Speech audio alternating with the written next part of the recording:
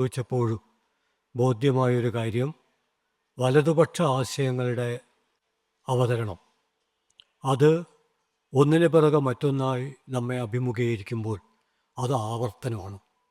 ആവർത്തനം എന്ന് പറഞ്ഞാൽ പോരാ, അത് ആവർത്തന വിരസമാണ്. എന്നാൽ ഇടതുപക്ഷ ആശയങ്ങൾ, മറ്റൊരു വിധത്തിൽ പറഞ്ഞാൽ, നിലനിൽക്കുന്ന സാമൂഹ്യ വ്യവസ്ഥയുടെ അകത്ത് അന്ത്യവിശ്രമം കൊള്ളാൻ തീരുമാനിച്ചിട്ടില്ലാത്ത പുതിയ ലോകത്തെ അഭിവാദ്യം ചെയ്യാൻ നിവർന്നു നിൽക്കുന്ന ആശയങ്ങൾ, അതെത്ര തവണ പറഞ്ഞാലും അത് ആവർത്തന വിരസമല്ല, ആവർത്തന വീര്യതയുടെ ആഘോഷമാണ്. ആ അർത്ഥത്തിൽ മലയാളത്തിൽ, ഇന്ത്യയിലുടനീളം, ലോകത്തിലുടനീളം എന്നും എപ്പോഴും ആവർത്തിക്കപ്പെടേണ്ട, ആവർത്തന വീര്യം കൊണ്ട് നമ്മുടെ ജീവിതത്തെ വിസ്മയപ്പെടുത്തേണ്ട അപൂർവം വാക്കുകളിൽ ഒന്നാണ് മലയാളത്തിൽ മതനിരപേക്ഷത, ഇംഗ്ലീഷിൽ സെക്കുലാറിസം എന്ന് നാം പറയുന്ന ഈ മഹത്തായ മൂല്യവ്യവസ്ഥ. ഈ മൂല്യവ്യവസ്ഥയെക്കുറിച്ച് ആലോചിക്കുമ്പോൾ പല വിധത്തിൽ അതേക്കുറിച്ചുള്ള ആലോചനകൾ ഉണ്ടായിട്ടുണ്ട്. അത് ഓരോന്നും അതിൻ്റേതായ സവിശേഷ സന്ദർഭത്തിൽ പ്രസക്തവുമാണ്. പക്ഷേ തത്വചിന്താപരമായി ആലോചിക്കുമ്പോൾ നമുക്കറിയാം, അത് തന്മാത്രാ തലത്തിലുള്ള മോളിക്കുലാർ ലെവൽ ജനായത്വത്തിൻ്റെ ആവിഷ്കാരമാണ്. ഞാൻ ആവർത്തിക്കുന്നു, തന്മാത്രാ തലത്തിലുള്ള. സാധാരണഗതിയിൽ നമ്മൾ കരുതുന്നത് പോലെ ഭരണകൂടത്തിന് മതമുണ്ടാകരുത്, മതം ഭരണകൂടത്തിൽ ഇടപെടരുത്, വ്യക്തികൾക്ക് മതകാര്യത്തിൽ പൂർണ്ണമായ സ്വാതന്ത്ര്യം ഉണ്ടാവണം തുടങ്ങിയ ആശയങ്ങൾ അതിൻ്റെ ഭരണപരമായ സൗകര്യത്തെ അടിസ്ഥാനപ്പെടുത്തിയുള്ള അപഗ്രഥനം മാത്രമാണ്. എന്നാൽ ജീവിതത്തിൻ്റെ തന്മാത്ര തലം ഒരുപക്ഷെ ജീവിച്ചിരിക്കെ പൂർണ്ണമായും നമുക്ക് മനസ്സിലാക്കാനാവാത്ത ഒന്നാണത്. എങ്കിലും ജീവിതത്തിൻ്റെ വ്യത്യസ്ത തട്ടിൽ നമുക്കത് തിരിച്ചറിയാൻ പറ്റും. അതുകൊണ്ട് ഞാൻ അമർത്തി പറയാൻ ശ്രമിക്കുന്ന ഒന്നാമത്തെ കാര്യം, തന്മാത്രാ തലത്തിലുള്ള ജനായത്വം എന്നാൽ എന്താണ്, സൂക്ഷ്മതലത്തിലുള്ള ജനായത്വം എന്നാൽ എന്താണ്. അതാണ് മതനിരപേക്ഷതയെങ്കിൽ, അതാണ് മതനിരപേക്ഷ മൂല്യമെങ്കിൽ അത് നേരിടുന്ന ഒരു വലിയ പ്രതിസന്ധിയുണ്ട്. ഉദ്ഘാടന പ്രസംഗത്തിൽ മലയാളത്തിൻ്റെ പ്രിയപ്പെട്ട കവി കൂരിപ്പുഴ, അതിനു മുമ്പ് അധ്യക്ഷ പ്രസംഗത്തിൽ പ്രിയപ്പെട്ട ഇക്ബാൽ, ഞാനൊരു 2 മിനിറ്റോ 3 മിനിറ്റോ ഈ ഹാളിലേക്ക് കടക്കാൻ വൈകിയത് കൊണ്ടാണ് വളരെ പ്രസക്തമായ തരത്തിൽ സാധാരണ നിർവഹിക്കുന്ന ഔപചാരികമായ സ്വാഗത പ്രസംഗത്തിൽ നിന്ന് വ്യത്യസ്തമായി കാര്യമാത്ര പ്രസക്തമായ ഒരു സ്വാഗത പ്രസംഗം. ഇത് 3 കഴിഞ്ഞതിന് ശേഷമാണ് ഈ പറഞ്ഞ കാര്യങ്ങൾ ആവർത്തിച്ചാൽ അധികമല്ല, അത് ആവർത്തന വീര്യമാണ് എങ്കിൽ പോലും അതിൽ നിന്ന് വ്യത്യസ്തമായി ഞാനിവിടെ ചൂണ്ടിക്കാണിച്ച തന്മാത്രാ തലത്തിലുള്ള നമ്മുടെ ജീവിതത്തെ നിർണയിക്കുന്ന അധികാരശക്തിയുടെ ഒരപഗ്രഥനമാണ്. വളരെ സംക്ഷിപ്തമായി ഇവിടെ നമുക്കറിയാം, വളരെ പ്രധാനപ്പെട്ട ഒരു പുസ്തകം, ഇ.ഡി. ഡേവിസിൻ്റെ ബഹുസ്വരതയെക്കുറിച്ചുള്ള ഒരു പുസ്തകം മലയാളത്തിൻ്റെ അഭിമാനമായ വി.ടി. വാസുദേവൻ പ്രകാശനം ചെയ്യാൻ പോവുകയാണ്. നിരവധിയായ, ഈ വേദിയിൽ തന്നെ മലയാളത്തിൻ്റെ അഭിമാനമായ നിലമ്പൂർ ആയിഷ ഉൾപ്പെടെ ഇരിക്കുന്നുണ്ട്. ഇതൊക്കെ എന്നെ സംഘർഷപ്പെടുത്തുന്നുണ്ട്. പക്ഷേ സമയം വളരെ ചുരുക്കി, ഏത് സമയവും ഒരു ചെറിയ തട്ടിയാൽ നിർത്താവുന്ന പാകത്തിൽ ചില കാര്യങ്ങൾ. അതിൽ പ്രധാനമായി ഞാൻ ഉൾക്കൊള്ളാൻ ശ്രമിക്കുന്നത് ഈ തന്മാത്രാ തലത്തിൽ നമ്മുടെ ജീവിതത്തെ ആകെ ഈ കാലത്ത് പിടിച്ചു നിർത്തുന്നത്, നമ്മുടെ കാഴ്ചപ്പാടുകളെ തീരുമാനിക്കുന്നത് ആരാണ്, എങ്ങനെയാണ്. സർവദേശീയ തലത്തിൽ സംസാരിക്കുമ്പോൾ 2 പ്രഭാഷണങ്ങളിലും ഇവിടെ സംക്ഷിപ്തമായി കടന്നു വന്ന യുദ്ധം എന്ന വാക്കിനേക്കാൾ നമ്മൾ അതാണ് സ്ഥിരമായി ഉപയോഗിക്കുന്നത്. അത് ദൃഢപ്പെട്ടു പോയൊരു വാക്കാണ്. അത് കേവലമായ ഇച്ഛ കൊണ്ട് നമുക്ക് എടുത്തു മാറ്റാനാവില്ല. എങ്കിൽ തന്നെയും അധിനിവേശം എന്ന വാക്കായിരിക്കും കൂടുതൽ കൃത്യം എന്ന് ഞാൻ വിചാരിക്കുന്നു. കാരണം നയതന്ത്രപരമായ ചർച്ചകൾ നടന്നുകൊണ്ടിരിക്കുന്നതിനിടയിൽ ഇറാനിലെ പരമോന്നത ഭരണാധികാരിയെ കൊല്ലുന്നത്, അതുപോലെ തന്നെ വെനിസ്വലയിലെ ഭരണാധികാരിയെ കയ്യും കാലും കെട്ടി കൊണ്ടുപോകുന്നത്, ഇന്ത്യക്ക് റഷ്യയിൽ നിന്ന് എണ്ണ വാങ്ങാൻ അനുമതി തരുന്നത്, ഇറാൻ കഴിഞ്ഞാൽ അടുത്തത് ക്യൂബയാണ് എന്ന് പ്രഖ്യാപിക്കുന്നത്, ഇതിലൊക്കെ അടങ്ങിയിട്ടുള്ള ഒരു അധിനിവേശ ഭീകരത. ആ അധിനിവേശ ഭീകരതയുടെ ന്യൂക്ലിയസ് എന്ന് പറയുന്ന ഒരു സാമ്പത്തിക ഭീകരത, മൂലധന ഭീകരത. ആ മൂലധന ഭീകരതയിൽ നിന്ന് തുടങ്ങി അവസാനിപ്പിക്കാം. കാരണം സെക്കുലറിസം എന്ന് നമ്മൾ പറയുന്നത് മതം, മതരഹിതം, അതുപോലെ തന്നെ യാഥാസ്ഥിതിക വിരുദ്ധം, പുരോഗമനം എന്നതിലേക്ക് മാത്രമായി. അതാണ്. പക്ഷെ അത് മാത്രമല്ല, അതിനപ്പുറത്ത് ജീവിക്കുന്ന കാലത്ത് നിവർന്നു നിന്ന് എങ്ങനെ അഭിമുഖീകരിക്കാം എന്നൊരു മൗലികമായ ചോദ്യം നമ്മുടെ രാഷ്ട്രീയ അസ്തിത്വത്തിൻ്റെ മുമ്പിൽ ഇന്നും ഉണ്ട്. ഇന്നത്തെ പ്രധാനപ്പെട്ട ചോദ്യം എന്ന് പറയുന്നത്, ഞാനിത് ആരംഭിക്കുന്നത് 1960-കളിൽ. നമുക്കറിയാം 45-ലാണ് ആഗസ്റ്റ് 6, 9 ഹിരോഷിമ നാഗസാക്കിയൊക്കെ നടക്കുന്നത്. നമ്മളിപ്പോഴും ഹിരോഷിമ നാഗസാക്കി എന്നതിനെപ്പറ്റി പറഞ്ഞ് നടുങ്ങും. ആഗസ്റ്റ് 6, 9 ഒക്കെ കേരളത്തിൻ്റെ മിക്കവാറും എല്ലാ സ്ഥലത്തും ഈ ഓർമ്മ ദിനമായിട്ട് ദുരന്തത്തിൻ്റെ ഓർമ്മ നമ്മൾ അപഗ്രഥിക്കും. പക്ഷേ നമ്മൾ മനസ്സിലാക്കേണ്ട ഒരു പ്രധാനപ്പെട്ട കാര്യമുണ്ട്. ഹിരോഷിമയും നാഗസാക്കിയും ഒന്നും 2026 നമ്മൾ സംസാരിക്കുമ്പോൾ ഒന്നുമല്ല. 1960-കളിൽ തന്നെ ഗുന്തർ ആൻഡേഴ്സിനെ പോലുള്ള ജർമ്മൻ ദാർശനികന്മാർ ഹിരോഷിമ ഈസ് എവരിവേർ, സകല സ്ഥലത്തും ഹിരോഷിമ എന്ന് 60-കളിൽ എഴുതുന്നുണ്ട്. ഇദ്ദേഹത്തിൻ്റെ 2 പുസ്തകങ്ങൾ ഞാൻ വിചാരിക്കുന്നു 2026 ഒരു സെക്കുലർ അന്വേഷണത്തിൽ നമ്മൾ നിവർത്തി വെക്കണം. ആ 2 പുസ്തകങ്ങളിൽ ഒന്നാമത്തേതിൻ്റെ പേര്, ആ പേര് തന്നെ വളരെ പ്രസക്തമാണ്, ഹിരോഷിമ ഈസ് എവരിവേർ. എന്നാൽ ഹിരോഷിമ ഈസ് എവരിവേർ എന്ന് അദ്ദേഹം എഴുതുമ്പോൾ അതിൻ്റെ തൊട്ടടുത്ത് 1961 അദ്ദേഹം ഒരു പുസ്തകം എന്ന് പറഞ്ഞുകൂടാ, കത്തുകളുടെ ഒരു സമാഹാരമാണ്. ആ കത്ത് പ്രധാനമായിട്ടും ക്ലോഡ് ഈദർലി എന്നൊരു വൈമാനികനുമായി അദ്ദേഹം നടത്തിയ കത്തിടപാടുകളാണ്. അദ്ദേഹം മാത്രമല്ല, ജപ്പാനിലെ ഹിബാക്കുഷ എന്ന് പറയുന്ന ബാക്കിയായവർ, ഒരുപക്ഷെ ബാക്കിയായവരാണ് ആധുനിക യുദ്ധത്തിൽ ഏറ്റവും പീഡനം അനുഭവിക്കുന്നവർ. അത് ഇന്നത്തെ നമുക്കും ബാധകമാണ്. യുദ്ധം നടക്കുന്ന സ്ഥലങ്ങൾ അല്ലെങ്കിൽ അധിനിവേശം നടക്കുന്ന സ്ഥലങ്ങളിൽ ആരംഭിച്ചത് അവസാനിക്കില്ല. ആണവ വികരണം എന്ന് പറയുന്നത് നാം ശ്വസിക്കുന്ന വായുവിലും കുടിക്കുന്ന വെള്ളത്തിലും കഴിക്കുന്ന ഭക്ഷണത്തിലും പങ്കുവെക്കുന്ന ബന്ധങ്ങളിലും, എന്തിന് നമ്മുടെ അനുവാദമില്ലാതെ അർദ്ധരാത്രികളിൽ കടന്നു വരുന്ന സ്വപ്നങ്ങളിലേക്ക് പോലും ഇടിച്ചു കയറാൻ കഴിയുന്ന നമ്മുടെ കാലഘട്ടത്തിലെ ഏറ്റവും വിധ്വംസകമായ ആ വിധ്വംസകതയെക്കുറിച്ചുള്ള ഏറ്റവും വലിയ കുറ്റബോധത്തോടു കൂടി സംസാരിച്ച ഒരു വൈമാനികൻ എന്ന അർത്ഥത്തിലാണ് ക്ലോഡ് ഈദർലി ലോകചരിത്രത്തിൽ ശ്രദ്ധേയനാവുന്നത്. കാരണം അദ്ദേഹമാണ് 1945 ആഗസ്റ്റ് 6 ഹിരോഷിമ എല്ലാ അർത്ഥത്തിലും ബോംബിടാൻ പാകമാണോ, കാലാവസ്ഥ 100% അനുകൂലമാണോ, കൃഷി ചെയ്യാനൊന്നും അല്ല കേട്ടോ, വിത്ത് വിതയ്ക്കാനൊന്നും അല്ല, 1,00,000 ആളെ കൊല്ലുന്ന ബോംബ് 99,000-ൽ അധികം ആളെ കൊന്നാലും അത് പൂർണ്ണമല്ല. കാരണം പിന്നെയും ആളെ കൊല്ലാനുള്ള കഴിവ് അതിനുണ്ടല്ലോ. അത് കാലാവസ്ഥയിലെ പ്രതികൂല പശ്ചാത്തലം കൊണ്ട് പാഴായിപ്പോകാൻ പാടില്ല. അതുകൊണ്ട് കാലാവസ്ഥ പൂർണ്ണമായിട്ടും അനുകൂലമാണോ എന്ന് പരിശോധിക്കാൻ ഉത്തരവാദപ്പെട്ട വൈമാനികനാണ്, പൈലറ്റാണ് ക്ലോഡ് ഈദർലി എന്ന് പറയുന്ന പൈലറ്റ്. അയാൾ റിപ്പോർട്ട് കൊടുത്തതിന് ശേഷമാണ് ഹിരോഷിമയിൽ ബോംബിട്ടത്. പക്ഷേ ഈ ബോംബിൻ്റെ അനന്തരഫലം എല്ലാ പ്രതീക്ഷകളെയും അട്ടിമറിക്കുന്ന വിധത്തിൽ ഭയാനകമായിരുന്നു. ഞാൻ ഒരിക്കൽ കൂടി ഓർമ്മിപ്പിക്കുന്നു, അന്നത്തെ ആ ബോംബ് ഇന്നത്തെ സാമ്രാജ്യത്തെ ആയുധശേഖരത്തിലെ ബോംബുകളെക്കാൾ അത്രയൊന്നും വിധ്വംസകമായിരുന്നില്ല. അതിനേക്കാൾ എത്രയോ വിധ്വംസകമായുള്ള ബോംബുകളാണ്, മിസൈലുകളാണ് ഇന്നുള്ളത്. ഞാൻ പറഞ്ഞു വരുന്നത്, ആ ബോംബിൻ്റെ അനന്തരഫലം കണ്ടപ്പോൾ ഈ ക്ലോഡ് ഈദർലിക്ക് മാനസികാവസ്ഥ തകരാറിലായി. അയാൾ പലതവണ ആത്മഹത്യക്ക് ശ്രമിച്ചു, അത് പരാജയപ്പെട്ടു. അയാൾ ഒറ്റയാൾ യുദ്ധവിരുദ്ധ പ്രസ്ഥാനം നയിച്ചു. അവിടെയാണ് സെക്കുലറിസ്റ്റുകളെ സംബന്ധിച്ചിടത്തോളം ഏറ്റവും വലിയ പാഠം. കുരിപ്പുഴ പറയുകയുണ്ടായി, ഈ ഇരിക്കുന്ന ആളൊന്നും അല്ല. അത് വളരെ ശരിയാണ്.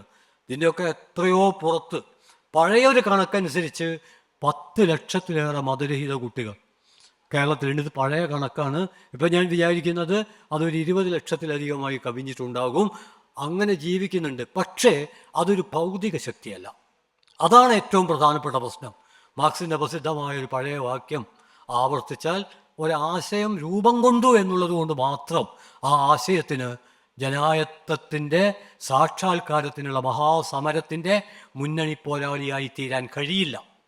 എന്നാൽ ഒരാശയം മനസ്സിൽ വേരാഴ്ത്തിക്കഴിഞ്ഞാൽ, അത് സമൂഹത്തിൻ്റെ അബോധത്തിലടക്കം വേര് പടർത്തിക്കഴിഞ്ഞാൽ ഉറപ്പ് അതൊരു പ്രതിരോധ ശക്തിയായിട്ട് മാറും. സെക്കുലറിസത്തിന് കേരളത്തിൽ സംഭവിച്ചുകൊണ്ടിരിക്കുന്നത് സെക്കുലറിസ്റ്റുകൾ ഇല്ലാത്തത് കൊണ്ടല്ല, മറിച്ച് ആ സെക്കുലറിസത്തിന് ഒരു പ്രതിരോധ ശക്തിയാവാൻ കഴിയുന്നില്ല എന്നുള്ളതാണ് കേരളത്തിലെ സെക്കുലറിസം നേരിടുന്ന ഏറ്റവും മൗലികമായ പ്രതിസന്ധി. അതുകൊണ്ട് എത്ര പേർ എന്നുള്ളത് പ്രധാനം തന്നെയാണ്. പക്ഷെ അതിനേക്കാളും പ്രധാനമാണ്, ഡയലക്റ്റിക്സിലെ ഒരു തത്വം കടമെടുത്താൽ quantitative change leads to qualitative change എന്നാണ്.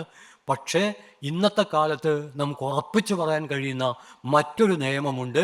അളവുപരമായി വലിയ മാറ്റമില്ലെങ്കിലും ഗുണപരമായ മാറ്റത്തിന് നമ്മുടെ ജീവിതത്തിൽ അത്ഭുതങ്ങൾ സൃഷ്ടിക്കാൻ കഴിയും. മറ്റൊരു വിധത്തിൽ പറഞ്ഞാൽ, മതനിരപേക്ഷത എന്നുള്ളത് നമ്മളുടെ രക്തത്തിൻ്റെ രക്തമായി തീർന്നാൽ, മജ്ജയുടെ മജ്ജയായാൽ, അസ്ഥിയുടെ അസ്ഥിയായാൽ, നമ്മൾ ചവിട്ടി നിൽക്കുന്ന മണ്ണും നമ്മുടെ തലക്കു മുകളിൽ ആകാശവുമായാൽ, നമ്മുടെ ജീവിതത്തിൻ്റെ അന്തരീക്ഷമായാൽ, ഉറപ്പ് ഇന്നുള്ള സെക്കുലറിസം കൊണ്ട് തന്നെ കേരളത്തിൻ്റെ സാംസ്കാരിക ഭൂപടത്തിൽ അത്ഭുതങ്ങൾ സൃഷ്ടിക്കാൻ പറ്റും. പക്ഷെ നിർഭാഗ്യവശം വിതിൻ കോട്ട് നമുക്ക് മനസ്സിലാക്കാൻ പറ്റും, ഈ സംസാരിക്കുന്ന ഞാൻ ഉൾപ്പെടെയുള്ള മനുഷ്യർ നമ്മുടെ മതനിരപേക്ഷതയുടെ ഊർജത്തെ കെട്ടഴിച്ചു വിടുന്നതിൽ ദയനീയമായി തോറ്റുകൊണ്ടിരിക്കുകയാണ്. നമുക്ക് പ്രതിഷേധമുണ്ട്, കൊള്ളരുതായ്മകൾക്കെതിരെ നമ്മൾ പ്രതികരിക്കുന്നുണ്ട്, അതൊക്കെ ശരിയാണ്. പക്ഷെ മതനിരപേക്ഷത ഒരു മഹാകൊടുങ്കാറ്റായിട്ട് ആഞ്ഞടിക്കാൻ ആരംഭിച്ചാൽ അന്ധവിശ്വാസങ്ങളൊക്കെ കരിയില കണക്ക് ചരിത്രത്തിൻ്റെ അഴുക്ക് ചാലിൽ പറന്ന് വീഴും എന്ന കാര്യത്തിൽ യാതൊരു തർക്കവുമില്ല. പക്ഷെ അതിനുള്ള കരുത്ത് നമുക്ക് കിട്ടാതെ പോകുന്നത് എന്തുകൊണ്ടാണ്? അതിൻ്റെ പ്രധാനപ്പെട്ട കാരണം ഞാൻ തുടക്കത്തിൽ ചൂണ്ടിക്കാണിച്ചു. സെക്കുലറിസം ഒരറിവ് മാത്രമായിട്ടാണ് നിൽക്കുന്നത്. അതിനെ ഒരു അനുഭൂതിയാക്കി മാറ്റണം. അങ്ങനെ അനുഭൂതിയായി സെക്കുലറിസം രൂപാന്തരപ്പെട്ടാൽ ഈ ലോകം മുഴുവൻ സെക്കുലറിസത്തിന് എതിരെ നിന്നാലും ആ അനുഭൂതിക്ക് നിവർന്നു നിൽക്കാൻ പറ്റും. അതുകൊണ്ട് ഇത്തരത്തിലുള്ള സമ്മേളനങ്ങൾ ഞാൻ തുടക്കത്തിൽ പറഞ്ഞ ആവർത്തന വീര്യത്തിലൂടെ മതനിരപേക്ഷ ആശയങ്ങളെ അനുഭൂതിയാക്കി രൂപാന്തരപ്പെടുത്തണം. അനുഭൂതിയാക്കി രൂപാന്തരപ്പെടുത്താൻ ആവശ്യമായിട്ടുള്ള ഒട്ടേറെ പ്രവർത്തനങ്ങളുണ്ട്. അതിൽ കലയുണ്ട്, സാഹിത്യമുണ്ട്, തത്വചിന്തയുണ്ട്. അതിലൊക്കെ ഉപരി നിലനിൽക്കുന്ന സാമൂഹ്യ രാഷ്ട്രീയ അവസ്ഥയെ അഭിമുഖീകരിക്കാനുള്ള പ്രാപ്തി കൈവരിക്കേണ്ടതുണ്ട്.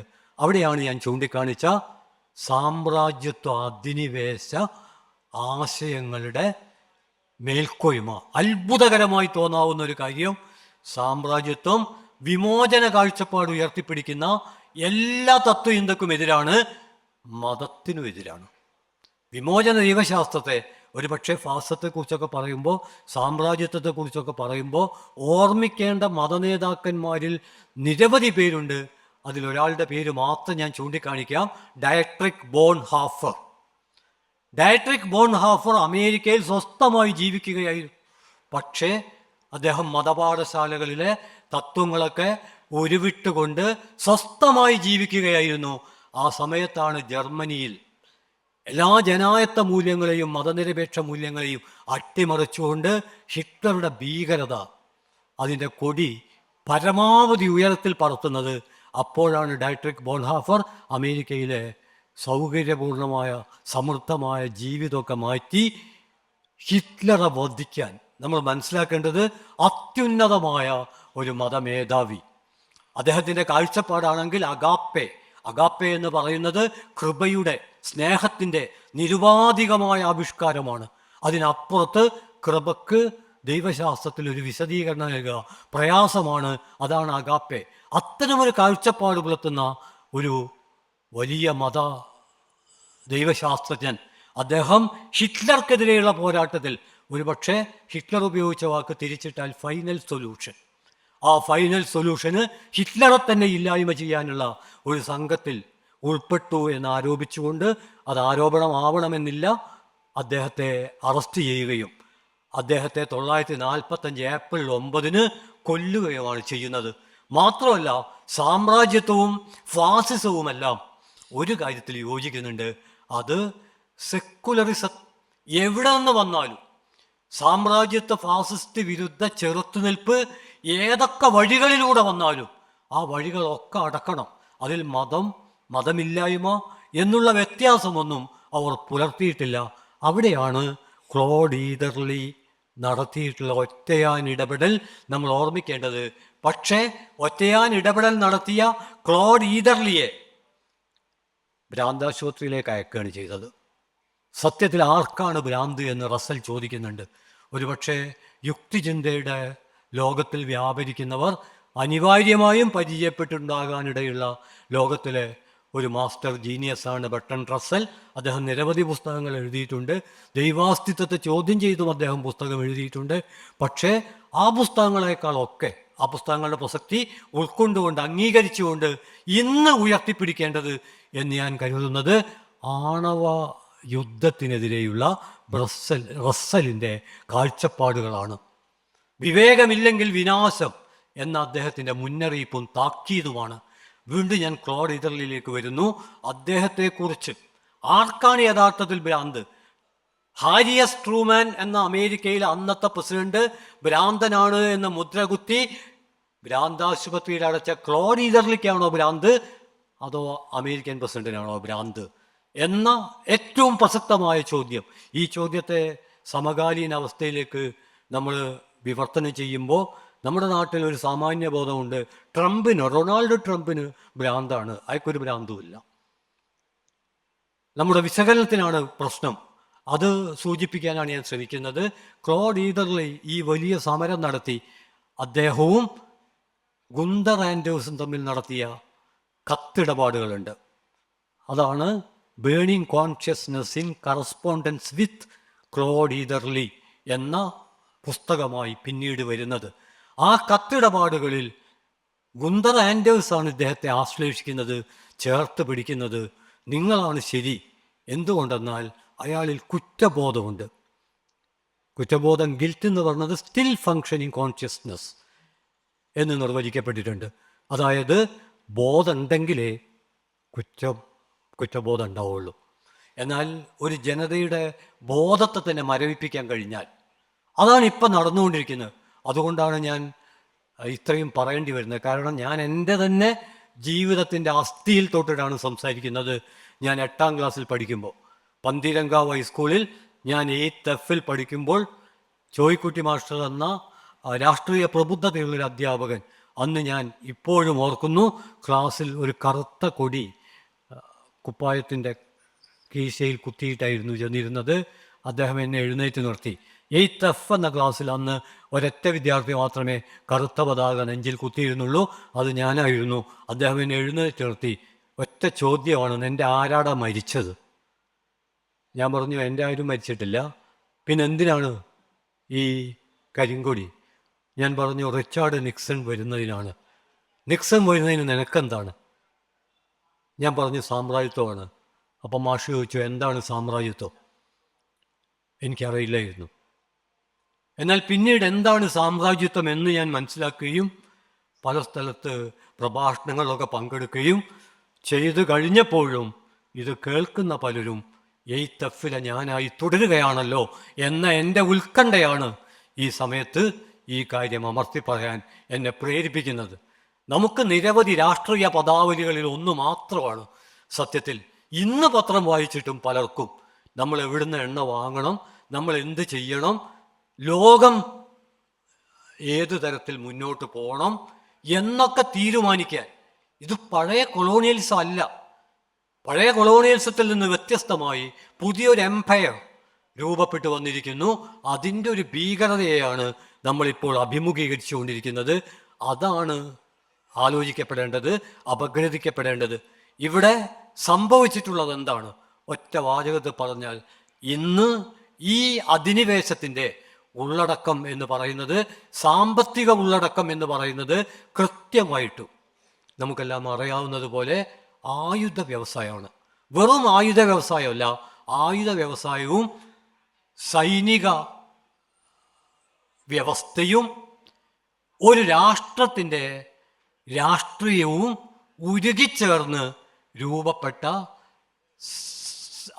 സൈനിക ആയുധ വ്യവസായ രാഷ്ട്രീയ കൂട്ടുകെട്ട് എന്ന് പറയുന്ന ഒന്നാണ്. മറ്റൊരർത്ഥത്തിൽ പറഞ്ഞാൽ 1860-കളിൽ തന്നെ അബ്രഹാം ലിങ്കൺ നൽകിയ മുന്നറിയിപ്പ്. അബ്രഹാം ലിങ്കൺ എന്ന് പറയുമ്പോൾ ഇന്ന് അമേരിക്കയുടെ ഒരു പടക്കപ്പലിൻ്റെ പേരായ അത് പരിമിതപ്പെട്ടിട്ടുണ്ട്. അതിലെ ട്രാജഡിയും നമ്മൾ തിരിച്ചറിയണം. ഞാൻ പറഞ്ഞു വരുന്നത്, അന്ന് അബ്രഹാം ലിങ്കൺ നൽകിയ ഒരു മുന്നറിയിപ്പുണ്ട്. റിപ്പബ്ലിക്കിൻ്റെ സിംഹാസനത്തിൽ കോർപ്പറേറ്റുകൾ കയറിയിരിക്കാൻ ആരംഭിച്ചിരിക്കുന്നു. അത് റിപ്പബ്ലിക്കിന് അന്ത്യം വരുത്തും. റിപ്പബ്ലിക്കിന് അന്ത്യം വന്നാൽ പിന്നെ ജനായത്ത മൂല്യങ്ങൾക്ക് നിലനിൽക്കാൻ വലിയ വില കൊടുക്കേണ്ടി വരും. നിലനിൽക്കില്ല എന്ന് പറയാൻ പറ്റില്ല, അതെന്നും നിലനിൽക്കും. പക്ഷേ അതിന് വലിയ വിലകൾ നൽകേണ്ടി വരും.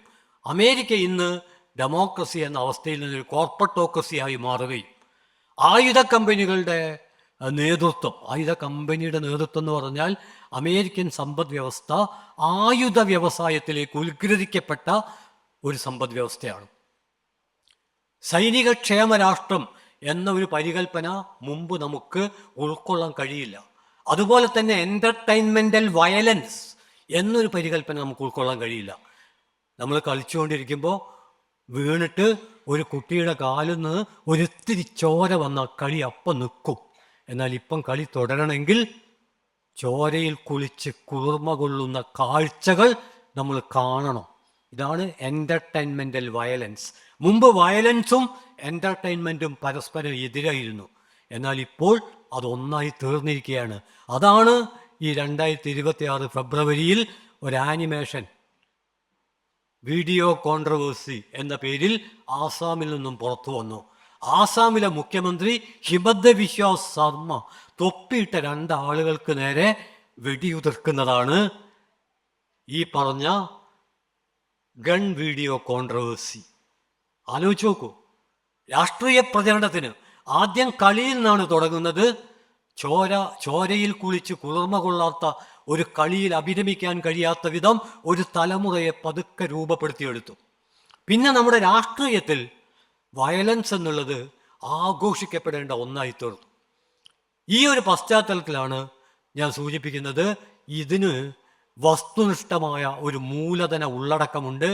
ആ മൂലധന ഉള്ളടക്കത്തെക്കുറിച്ച് തോമസ് എൽ ഫ്രീഡ്മാൻ എന്ന പത്രപ്രവർത്തകൻ മുമ്പ് പറഞ്ഞിട്ടുണ്ട്. ആ പറഞ്ഞ ഇതാണ്: മാക്ഡൊണാൾഡ് എന്ന് പറയുന്ന വിപണിയുടെ പ്രതീകം, അതിന് മാക്ഡൊണാൾഡ് ഡഗ്ലസ് ഇല്ലാതെ നിലനിൽപ്പില്ല. അതായത് അദൃശ്യമായ വിപണിക്ക് പിറകിൽ ഒരു മുഷ്ടിയുണ്ട്. വിപണിയെ നിലനിർത്തുന്നത് സൈനിക ശക്തിയാണ്. ഇത് പഴയ വിപണിയല്ല. പഴയ വിപണി വാങ്ങാനും വിൽക്കാനുള്ള ഒരു ഇടമായിരുന്നെങ്കിൽ പുതിയ വിപണി ലോകത്തിൻ്റെ രാഷ്ട്രീയ അജണ്ട തീരുമാനിക്കാനുള്ള ഭരണകൂടാധികാരത്തിൻ്റെ പുതിയ മസ്തിഷ്കമാണ്. അവിടെ വെച്ചാണ് തീരുമാനിക്കുന്നത്. അതുകൊണ്ട് വെറും എണ്ണ പ്രശ്നം മാത്രമല്ല, എണ്ണയൊക്കെ പ്രധാനമാണ്. പക്ഷെ അതിനേക്കാൾ പ്രധാനം ഒരു പ്രതിരോധവുമില്ലാത്ത പുഞ്ചിരിക്കുന്ന അടിമകളെ, തൊമ്മികളെ സൃഷ്ടിക്കുന്ന ഒന്നാണ്. അറിഞ്ഞോ അറിയാതെയോ ഒരു ജനത തൊമ്മികളായി തീരുമ്പോൾ അവർക്ക് നിന്നും ആദ്യം നഷ്ടപ്പെടുന്ന മൂല്യങ്ങളിൽ ഒന്നായിരിക്കും മതനിരപേക്ഷത.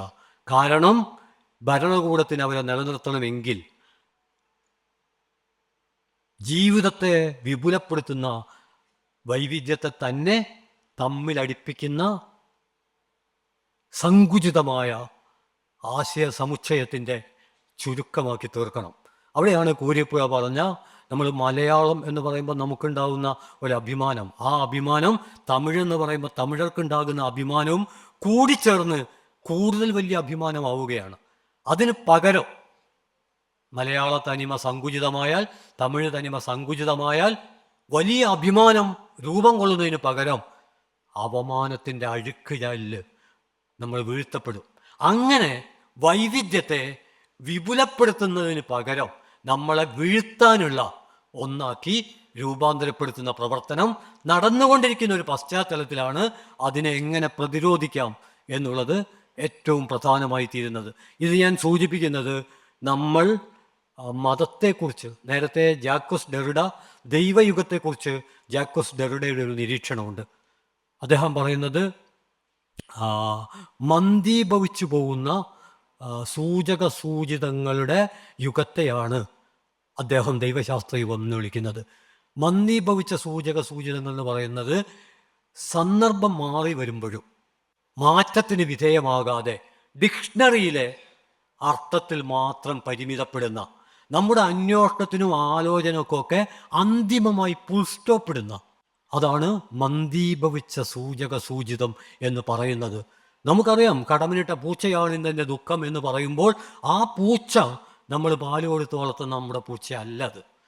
ആ പൂച്ചയുമായി ബന്ധിപ്പിച്ചുകൊണ്ട് ഒരു വലിയ സൗന്ദര്യശാസ്ത്രപരമായ ഈസ്തറ്റിക് ജമ്പാണ് അവിടെ നടത്തുന്നത്. അവിടെ പുതിയ സൂചിതങ്ങളിലേക്ക് ആ സൂചകം വളരുകയാണ്. എന്നാൽ സങ്കുചിതമായ മതകാഴ്ചപ്പാട്, അങ്ങനെ പറയാനാണ് ഞാൻ ഇഷ്ടപ്പെടുന്നത്, അത് മറ്റൊരു സംവാദ വിഷയമാണ്.